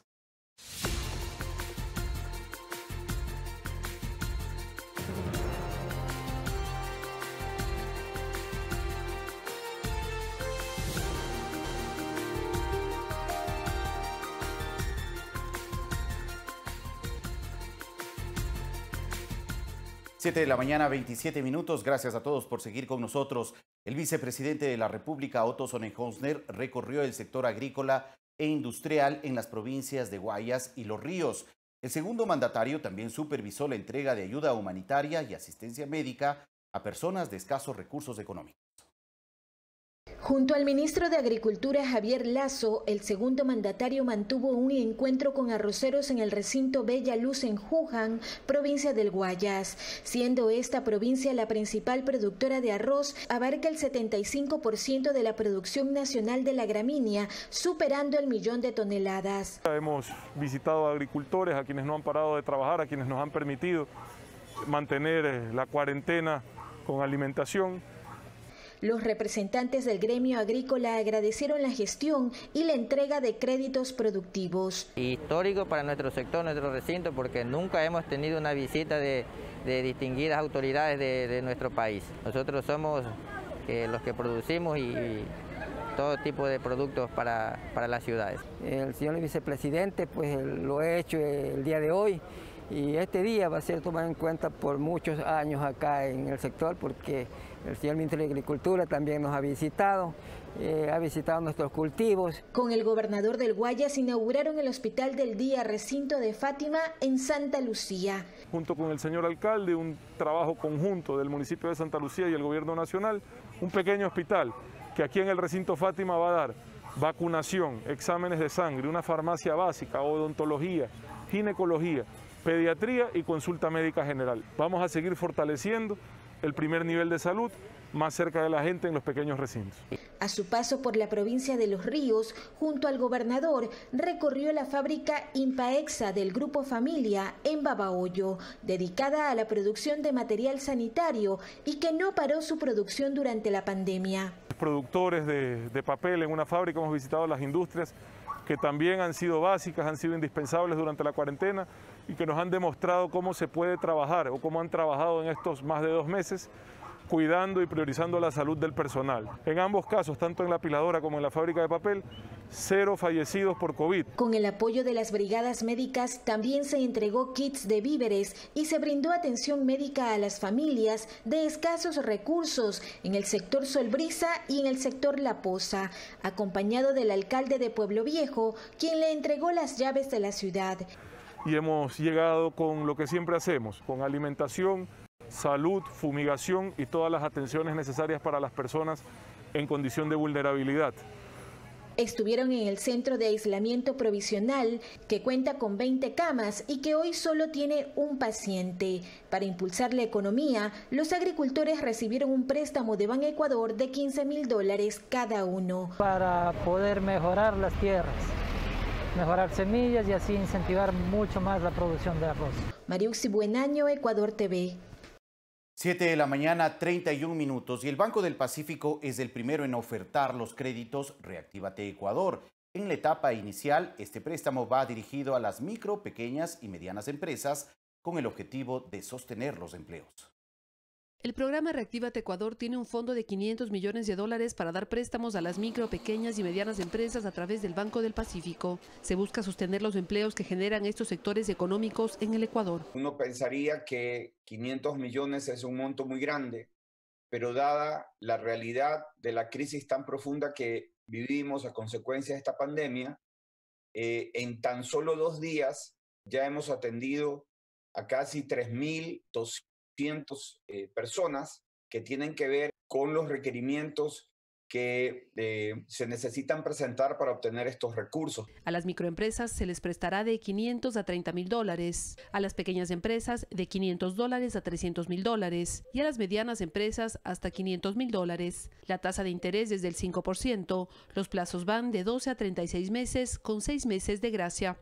Ese periodo de gracia de no pago ni de capital ni de intereses será por 6 meses. A partir del mes 7 será cuando comience a pagar la operación. Las autoridades consideran que el sector privado será el motor de la reactivación económica del país. El gobierno nacional está haciendo todos los esfuerzos para canalizar estos recursos de manera eficiente y atender estas necesidades de liquidez y de inyección de recursos que requiere hoy la economía y principalmente los sectores productivos con el objetivo de sostener la mayor cantidad de empleos. Para entregar los créditos, se evaluará que las empresas hayan disminuido sus ventas durante la emergencia sanitaria, que el negocio haya funcionado adecuadamente antes de la pandemia. Se les solicitará la declaración de impuestos del 2019. Verónica Rivadeneira, Ecuador TV. 7 de la mañana, 33 minutos, y varios emprendedores se benefician ya gracias a los créditos que otorga el programa Reactívate Ecuador. Con ese dinero se podrá mantener los empleos y dinamizar de a poco la economía en nuestro país. Gracias al fondo del programa Reactívate Ecuador, las pequeñas y medianas empresas del país podrán acceder a créditos para sacar adelante a su negocio y a la vez mantener los empleos de las diferentes actividades del sector de la economía popular y solidaria. Se puede solicitar financiamiento a partir de $500 con una tasa de interés del 5% y un periodo de pago de 36 meses con 6 meses de gracia. Conversamos con María Fernanda León.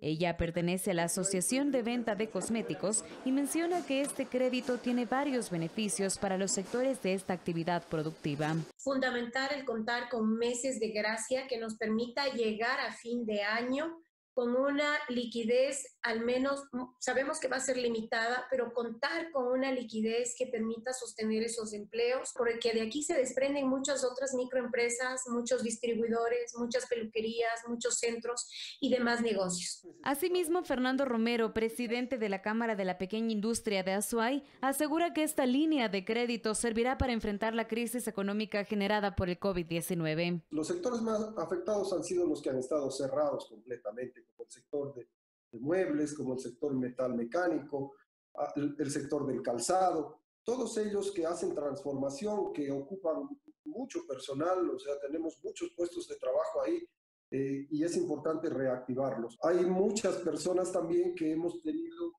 pasivos con el Estado, por ejemplo, con el SRI, con aduanas, etcétera, etcétera.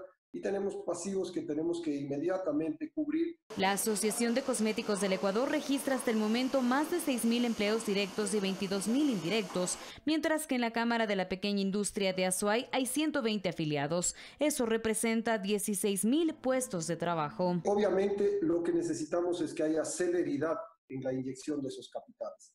Hay que devolverle la economía al consumidor, hacerle la vida un poco más fácil en este momento para que ese dinamismo, ese ciclo de la economía vuelva a comenzar a girar. Carla Arzentales, Ecuador TV.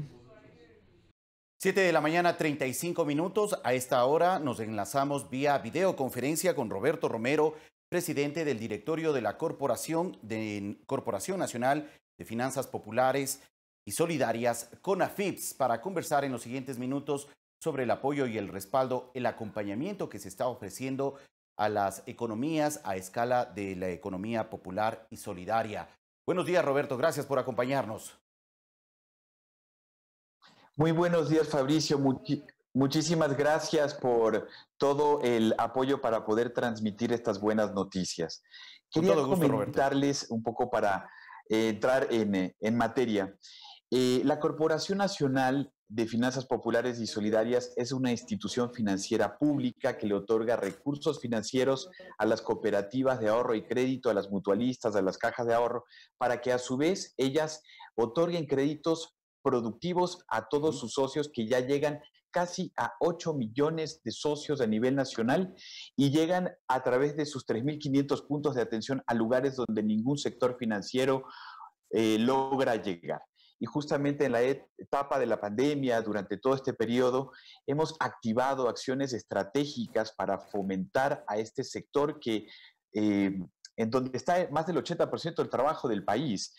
Y estas 4 estrategias han logrado dinamizar de alguna manera la economía y nos hemos juntado al plan Reactívate Ecuador a través de esta alianza estratégica con las cooperativas de ahorro y crédito. De acuerdo, Roberto. Vamos por partes para que la ciudadanía pueda tener y contar con la mejor información posible e incluso pueda tener una claridad de cómo acceder a estos beneficios que ahora está canalizando la Corporación Nacional de Finanzas Populares y Solidarias.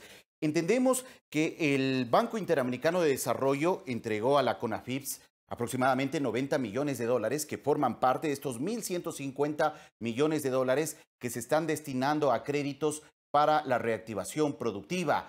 Ya se están entregando y canalizando estos créditos a través de las cooperativas, mutualistas, cajas de crédito, con los cuales ustedes mantienen una relación. Correcto.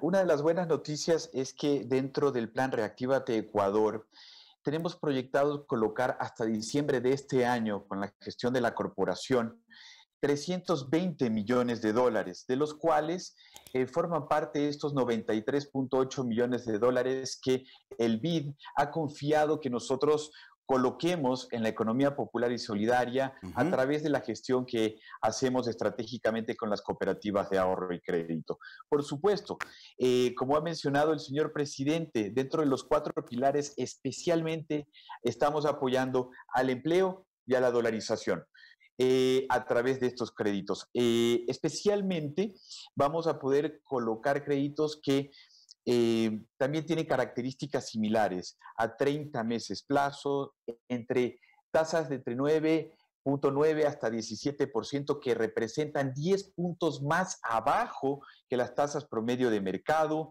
lo cual es muy favorable para reactivar la economía. Pero adicionalmente también nos incorporamos a este producto de Reactívate Ecuador que está manejando el Banco del Pacífico. Como bien menciona el señor presidente, semana a semana, cooperativas de ahorro y crédito a través de la corporación nos vamos a ir allanando a este producto para también proporcionar este crédito a 5%, a 36 meses plazo, con 6 meses de gracia, etcétera. Todo esto es un círculo virtuoso que genera mayores oportunidades de una manera inclusiva y democrática.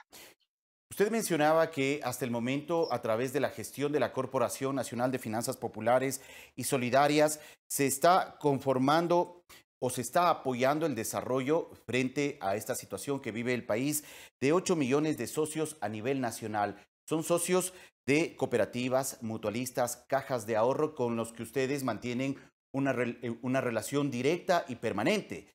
Estos créditos ya se están canalizando también bajo condiciones preferenciales para poder enfrentar esta situación de emergencia que estamos viviendo. Correcto. Es sumamente importante que nosotros llegamos a esos beneficiarios, a esos millones de socios en la actualidad, a través de las cooperativas de ahorro y crédito y las mutualistas, etcétera. Nosotros no entregamos directamente los créditos al beneficiario final. ¿Por qué? Porque nos apalancamos con el trabajo que lleva a cabo la cooperativa de ahorro y crédito, que trabaja día a día en cada localidad con cada socio y se han convertido en un verdadero motor de desarrollo en sus comunidades, porque la cooperativa le pertenece a sus socios. La cooperativa trabaja con sus socios y necesita, y saben quién necesita los créditos productivos y adaptan sus servicios hacia ellos, hacia sus dueños, hacia sus socios.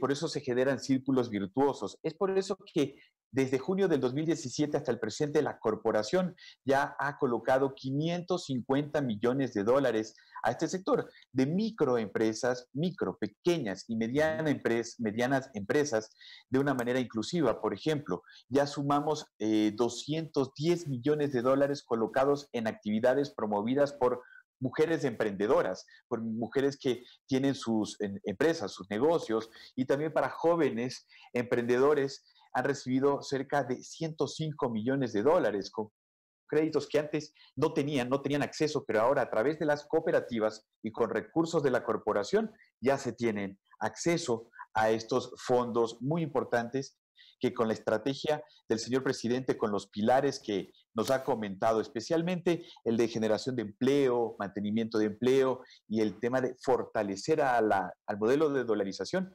nosotros estamos apoyando de una manera muy intensa con esta alianza estratégica. Roberto, dentro del ámbito de la economía popular y solidaria hay dos sectores, el financiero y el no financiero. El financiero está relacionado al trabajo que cumplen las cooperativas, las mutualistas, que se encargan de entregar créditos y, de acuerdo a lo que nos ha explicado, canalizan estos recursos que ha logrado conseguir la Corporación Nacional de Finanzas Populares y Solidarias para poder apoyar a los socios de aquellas entidades del sector financiero de la economía popular y solidaria.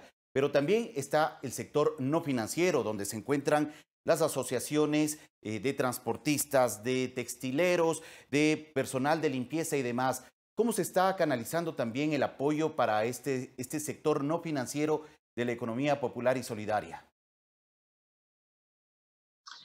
Excelente pregunta. Mira, nosotros hemos colocado justamente en el sector financiero estos recursos, en el sector financiero de la economía popular y solidaria, que como tú bien has mencionado son las cooperativas de ahorro y crédito, las mutualistas, los bancos comunales. Pero el dinero no se lo queda en el cajón la cooperativa. La cooperativa le entrega a la economía popular y solidaria real, al sector financiero real de la economía popular y solidaria, que son todos y cada uno de sus socios. Sus socios pertenecen a la economía popular y solidaria.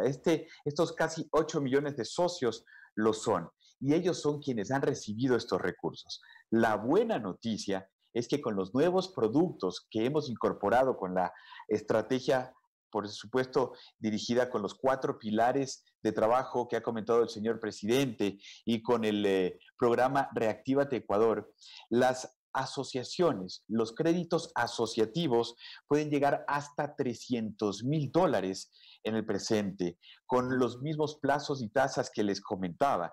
Y además el trabajo muy estrecho que llevamos a cabo con varias instituciones de gobierno es muy importante. Por ejemplo, tenemos trabajo muy estrecho con el IEPS, con el Instituto Nacional de Economía Popular y Solidaria, vinculada con el MIES, que atienden a la economía real, a estas asociaciones. Entonces, estamos acercando a este sector, a estas personas que reciben capacitación, que reciben también el apoyo para canales de distribución de venta de sus productos.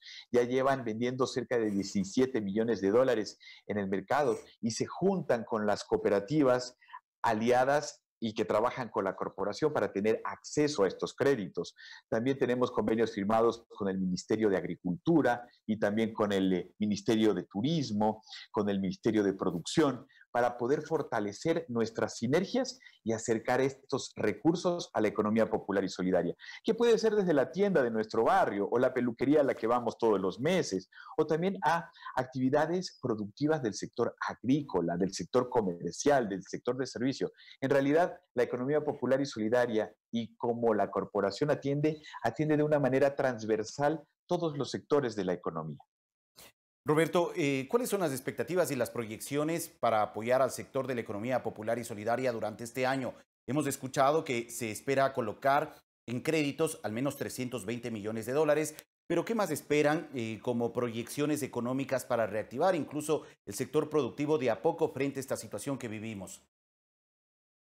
Bueno, lo importante es que la economía popular y solidaria, en especial el sector vinculado con las cooperativas de ahorro y crédito, ha demostrado en el pasado que es muy adaptativo, que es muy dinámico y que se adapta rápidamente a los cambios macroeconómicos. Como bien mencionaba uno de los anteriores entrevistados, Vicente Albornoz, aquí aparece mucha la creatividad de las personas para poder ganarse la vida de diferentes maneras. Ocurrió en la etapa de dolarización, en 1999 hasta el 2001, donde el sector financiero de la economía popular y solidaria, las cooperativas, en lugar de frenar su entrega de créditos, más bien dinamizó la entrega de microcréditos, aceleró y entregó muchísimos recursos para la economía popular y solidaria, que fue quien sostuvo la economía durante esos años tan complicados y difíciles. Y el día de hoy tenemos expectativas muy grandes de esta alianza estratégica con el mismo sector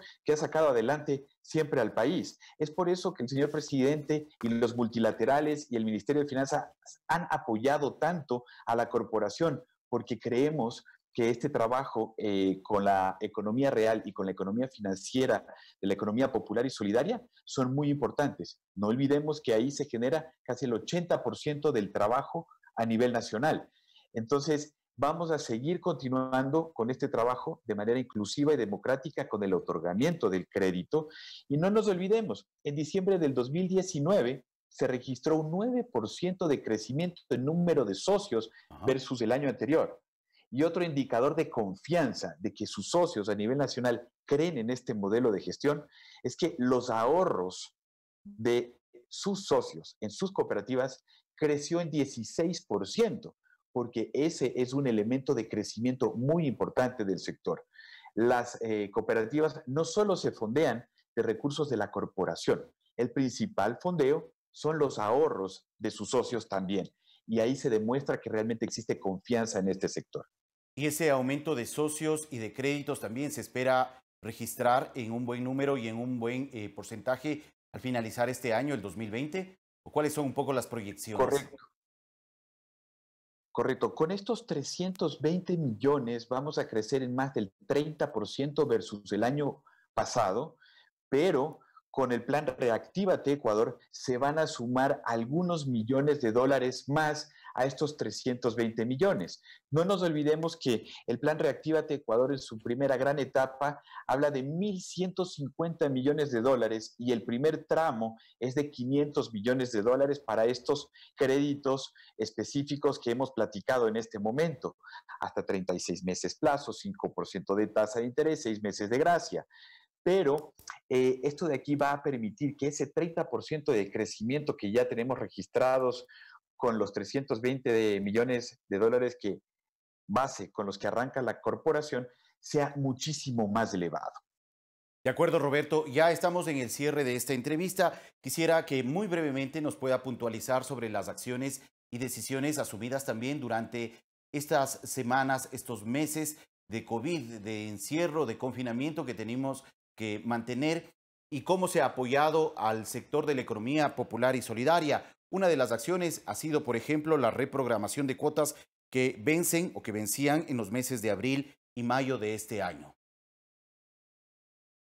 Correcto. Mira, la primera estrategia, que es la que comentas, ha logrado atender a cooperativas de ahorro y crédito en más de 19 provincias con más de 730 solicitudes de crédito, logrando que nosotros reprogramemos en beneficio de ellas más de 16 millones de dólares.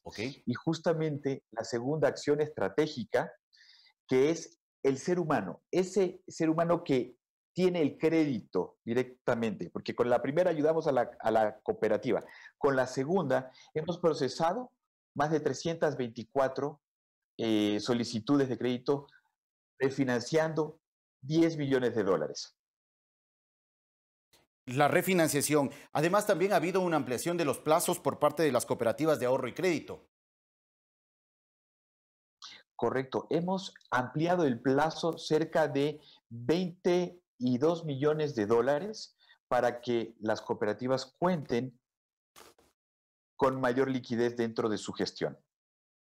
Y en cuanto a líneas de crédito nuevas, ¿están pensando abrirlas? Las buenas noticias es que a pesar de la pandemia, en el mes de abril logramos colocar 31 millones de dólares adicionales en créditos productivos. Entonces creo que la corporación realmente ha respondido al mercado y el mercado, las cooperativas, la economía popular y solidaria real y financiera han respondido bastante bien al apoyo que la corporación y el gobierno nacional con estos 4 pilares importantes ha impulsado y apoyado. De acuerdo. Muchas gracias, Roberto, por la información compartida en este espacio.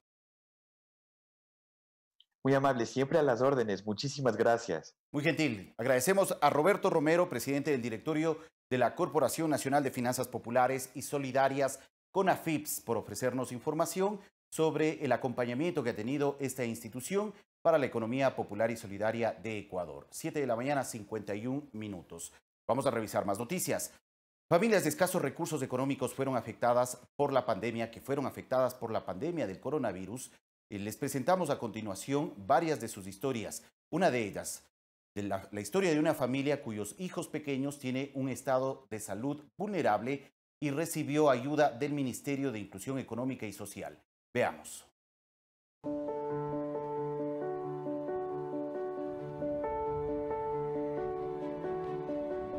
Michelle Díaz vive en el sector de Atucucho, en el norte de Quito, con su esposo y sus 2 niños, Luisito y Scarlett.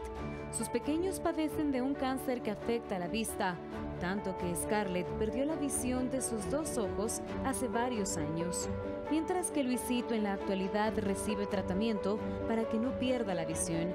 El traslado de la casa al hospital ha sido complicado en medio de la pandemia y el confinamiento que enfrenta actualmente el país.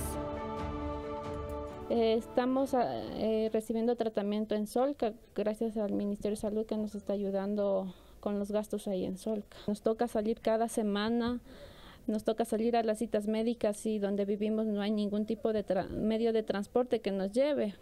Entonces sí se nos ha hecho difíciles para ir a las citas médicas. La familia se dedica a la confección y venta de pijamas, negocio que se vio afectado por la llegada del COVID-19 y por la condición de salud vulnerable que afrontan los pequeños.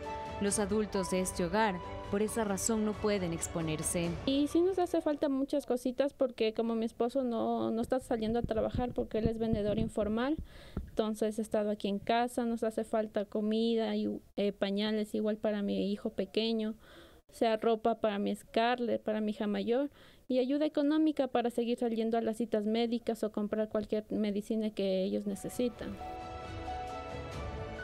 Frente a las necesidades de este hogar, autoridades del Ministerio de Inclusión Económica y Social acompañaron a la familia a realizar varias actividades con las normas de bioseguridad correspondientes. Entre ellas fueron a Solca con Luisito y también acompañaron a Michelle al cobro del bono de protección familiar. Estamos aquí trayéndoles un poco de tranquilidad, esperanza, ayudándoles. Sabemos que con el Ministerio de Salud se ha priorizado también este caso para que pueda tener una atención oportuna. Hemos podido traer una ración de alimentos para los próximos 15 días. Adicionalmente hemos entregado ropita para los guaguas, sobre todo para Scarlett y Luisito, que por lo menos tengan esa tranquilidad y tengan ropita para vestir. Zapatitos, mochilas y unos juguetitos también a que tengan para jugar. Los miembros de esta familia agradecieron la gestión de quienes en estos momentos de crisis económica pueden brindarles una mano. Me siento muy feliz porque así ya no les va a faltar nada y con la ayuda alimenticia mis hijos siempre van a tener cada día un plato de comida para servirse. Ahora funcionarios del Ministerio de Salud Pública y del MIES están gestionando una operación en Medellín para Luisito y que esta intervención detenga el deterioro de la vista del más pequeñito de ese hogar. Carla Arcentales, Ecuador TV.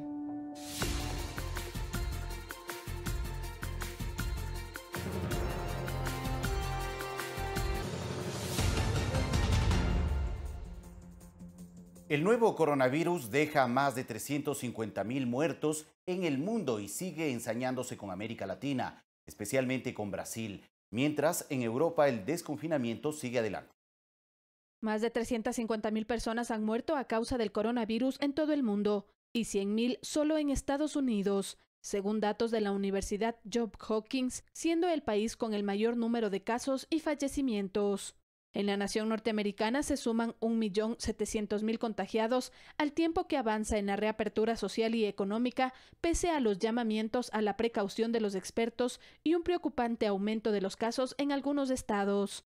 Perú insistió en que llegó al tope de contagios del nuevo coronavirus, en medio de récords de nuevos casos y decesos y después de que la Organización Panamericana de la Salud advirtiera que la transmisión de COVID se acelera en este país como en Brasil y Chile. Mi esposo ya va a ser 15 días que tiene y hasta ahorita no sabe, venimos a preguntar y no nos dicen cuándo van a salir, ni cómo se encuentra el paciente, nada, joven.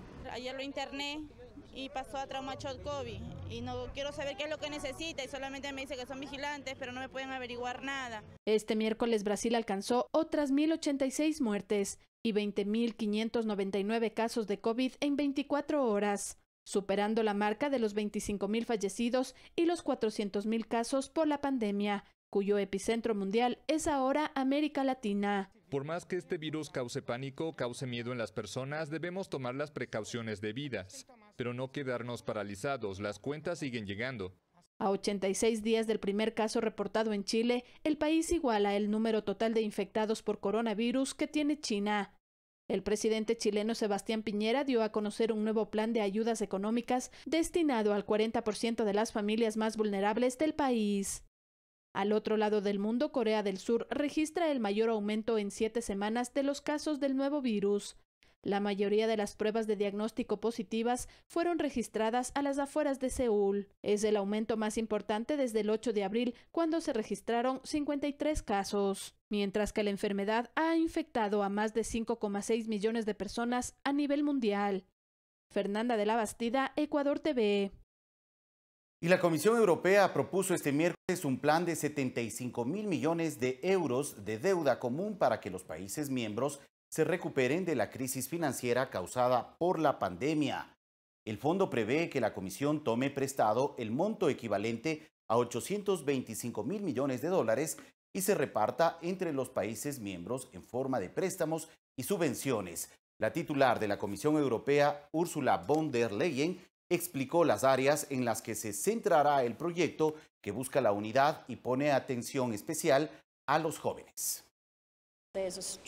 En primer lugar, existe un paquete sólido para respaldar la economía y proporcionar empleo a los jóvenes.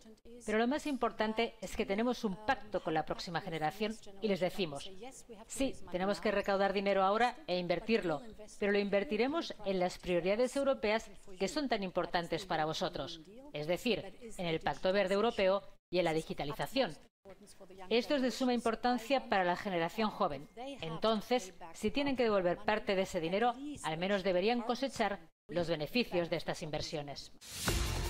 8 de la mañana con 1 minuto. Gracias a todos por acompañarnos en Telediario. De inmediato viene Café TV. Que tengan un buen día.